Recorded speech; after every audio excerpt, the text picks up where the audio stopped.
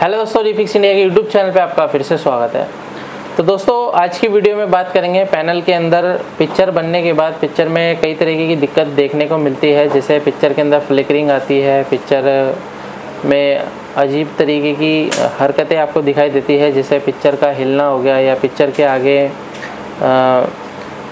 अलग अलग तरीके की आती है प्रॉब्लम है। तो अभी जैसे कि मेरे पास जो प्रॉब्लम है वो मैं आपको दिखाऊंगा और किस तरीके की प्रॉब्लम है और कैसे हम उसको सॉल्व कर सकते हैं। इस वीडियो के अंदर हम सारी चीज़ों को देखेंगे। तो चलिए स्टार्ट करते हैं। सबसे पहले मैं आपको इसके अंदर प्रॉब्लम दिखाता हूँ। ये जो पैनल है मेरे पास, ये आप यहाँ पे देख सकते हैं। ये इसका मॉडल नंबर है पैनल का, जिसको सीरियल नंबर भी बोलते हैं कई बंदे। तो यहाँ पे क्या है कि इस पैनल के अंदर अगर मैं प्रॉब्लम आपको दिखाता हूँ तो ऑन करने के बाद यहाँ पे आप ये देखेंगे तो मैंने इसके अंदर अपना यूनिवर्सल बोर्ड लगा रखा है, जो कि यहाँ पे आप ये देखेंगे किस तरीके की दिक्कत आपको डिस्टर्बेंस दिखाई दे रही है इसके अंदर। यानी पिक्चर के साथ में यहाँ पे डिस्टर्बेंस जो हमारे को यहाँ पे दिखाई दे रही है, तो इसको किस तरीके से सॉल्व करना है। यहाँ पे देखिए होता क्या है, कई बार इस तरीके की जो प्रॉब्लम आती है वो स्पार्किंग की वजह से भी आती है। कई बार कॉफ के अंदर स्पार्किंग हो जाती है, तब भी इस तरीके की दिक्कत हमारे को देखने को मिलती है। या फिर कई बार कोई आईसी शॉर्ट हो जाती है, तब भी हमारे को इस तरीके की दिक्कत देखने को मिलती है। तो इसको किस तरीके से हम रिपेयर करते हैं, तो सबसे पहले हम इसके अंदर चेक करेंगे इसके अंदर सारी वोल्टेज की कोई वोल्टेज जो है इसकी एबनॉर्मल नहीं होनी चाहिए। तो अगर हम इसकी वोल्टेज चेक करते हैं तो सबसे पहले मल्टीमीटर को मैं यहाँ पे लगा लेता हूँ वोल्टेज रेंज पे। और यहाँ पे वोल्टेज रेंज पे लगाने के बाद जब हम इसको चेक करेंगे तो यहाँ पे क्या है, सबसे पहले हम इसकी इनपुट वोल्टेज चेक करते हैं। तो हमारे को जो वोल्टेज है 12 वोल्ट की सप्लाई यहाँ पे मिलनी चाहिए। तो यहाँ पे आप ये देख सकते हैं 12 वोल्ट बिल्कुल परफेक्ट है। और दोस्तों, जब भी आप वोल्टेज चेक करते हैं तो वोल्टेज के अंदर क्या होता है, कोई भी आपको वेरिएशन नहीं मिलनी चाहिए। जैसे कि आप यहाँ पे देख रहे हैं पिक्चर के अंदर हमारे को इस तरीके की डिस्टर्बेंस मिल रही है। तो अगर वोल्टेज में वेरिएशन रहेगी तब भी हमारे को इस तरीके की दिक्कत देखने को मिल सकती है। तो इसके के साथ साथ में हमारे को सभी वोल्टेज चेक करनी है। जैसे कि आप यहाँ पर देख सकते हैं, यहाँ पे मेरे को VGH वोल्टेज मिल रहा है, जो कि इसका हाई वोल्टेज है, बिल्कुल परफेक्ट मिल रहा है।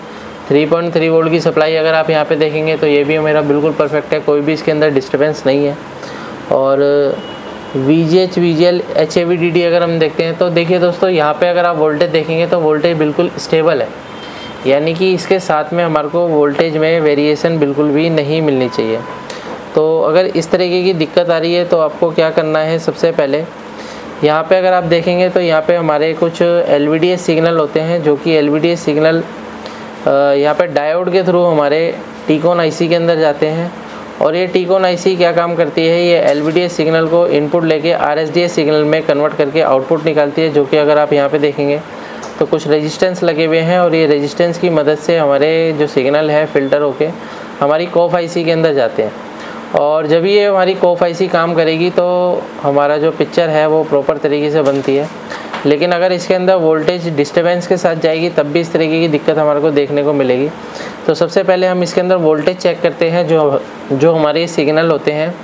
तो सिग्नल में अगर आप यहाँ पे देखेंगे तो यहाँ पे भी हमारे को वेरिएशन नहीं मिलनी चाहिए। तो यहाँ पे अगर आपको वोल्टेज देख सकते हैं 1.42 वोल्टेज हमारे को मिल रहा है और यहाँ पे 1.214 वोल्टेज मिल रहा है। यहाँ पे आप ये देख सकते हैं, ये भी वोल्टेज ओके है। और यहाँ पे देखेंगे तो यहाँ पे भी हमारा बिल्कुल वोल्टेज ओके है। यानी कि इस वोल्टेज के अंदर कोई भी वेरिएशन नहीं रहनी चाहिए। अगर वोल्टेज में वेरिएशन रहती है तो हो सकता है कि हमारे बोर्ड से भी ये दिक्कत होती है, कई बार केबल से भी ये दिक्कत देखने को मिलती है। लेकिन अगर आप देखेंगे तो वोल्टेज अभी इसका बिल्कुल परफेक्ट है। और आगे बढ़ते हैं तो यहाँ पर भी हमारा वोल्टेज जो है बिल्कुल परफेक्ट है। तो एक एक पॉइंट पे चेक करने के बाद अगर हमारे को वोल्टेज में कोई भी वेरिएशन मिलती है तो हम जो है इसकी केबल चेंज करके देखेंगे या बोर्ड चेंज करके देखेंगे। लेकिन बोर्ड क्या है, मेरा बिल्कुल ओके है, क्योंकि मैं इसी बोर्ड से सारी पैनल को चेक करता हूँ।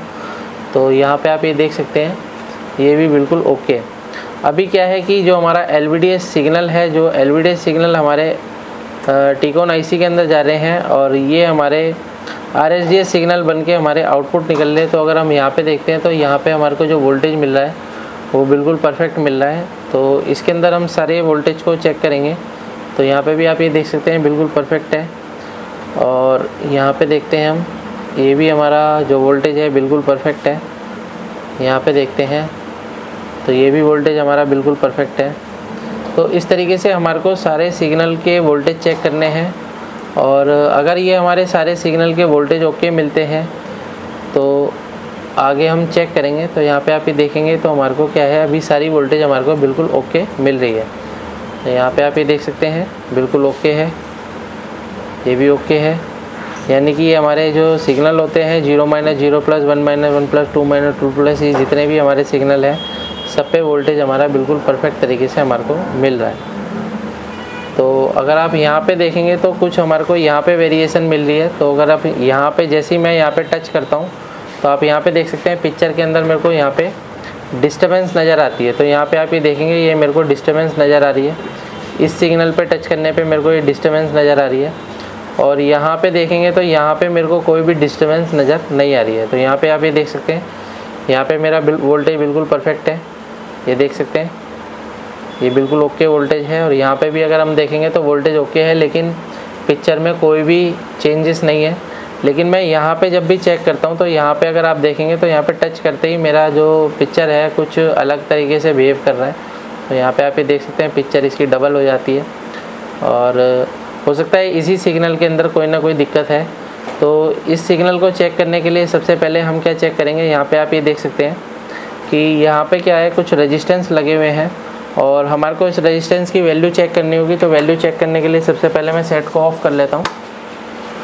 और यहाँ पे क्या है, रेजिस्टेंस वैल्यू अगर हम यहाँ पे चेक करते हैं मल्टीमीटर को ओम्स रेंज पे लगा के, तो यहाँ पे अगर आप देखेंगे तो मेरे को यहाँ पे जो रेजिस्टेंस है कितने ओम्स की है। तो यहाँ पे आप ये देखेंगे 65 ओम्स की रेजिस्टेंस यहाँ पे लगी हुई है, 65 ओम्स। और दूसरी रेजिस्टेंस अगर हम चेक करते हैं तो यहाँ पे भी मेरे को 65 ओम्स की रेजिस्टेंस देखने को मिल रही है। तीसरी रेजिस्टेंस अगर हम चेक करते हैं तो ये भी मेरे को 65 ओम्स की मिल रही है। चौथी रेजिस्टेंस अगर हम देखते हैं तो ये भी 65 ओम्स है। और अगली रेजिस्टेंस अगर हम चेक करते हैं तो ये भी 65 ओम है। यहाँ पे देखेंगे ये भी हमारी 65 ओम है।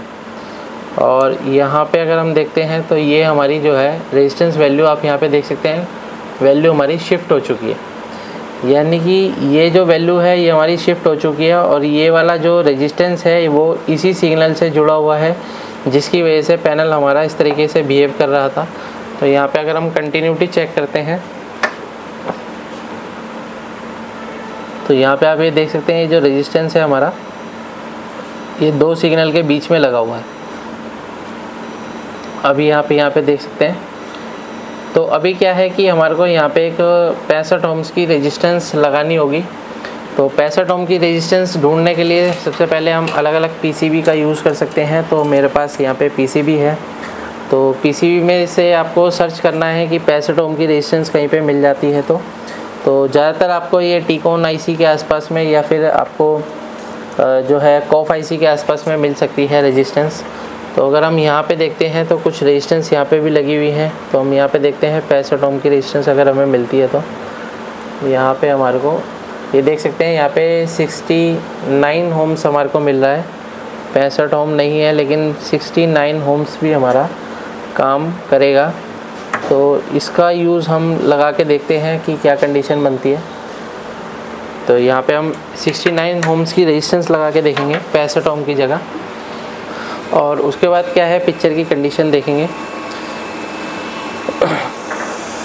तो यहाँ पे इस तरीके की दिक्कतें हमारे को देखने को मिलती है। तो कई बार क्या होता है जब भी हमारा सिग्नल या कहीं पे मिसिंग होता है या सिग्नल की वजह से दिक्कत होती है, तो जब भी हम यहाँ कहीं पे टच करते हैं तो पैनल हमारे को बिहेव करता है। तो ये रेजिस्टेंस मैंने यहाँ पे से निकाल लिया, और यहाँ पे मैं यहाँ पे 69 ओम्स की रेजिस्टेंस लगा के चेक करूँगा कि क्या कंडीशन हमारी बन रही है। तो यहाँ पे जो है 69 ओम्स की रेजिस्टेंस लगाते हैं। एयर को थोड़ा कम करते हैं, थोड़ा पेस्ट लेके आओ।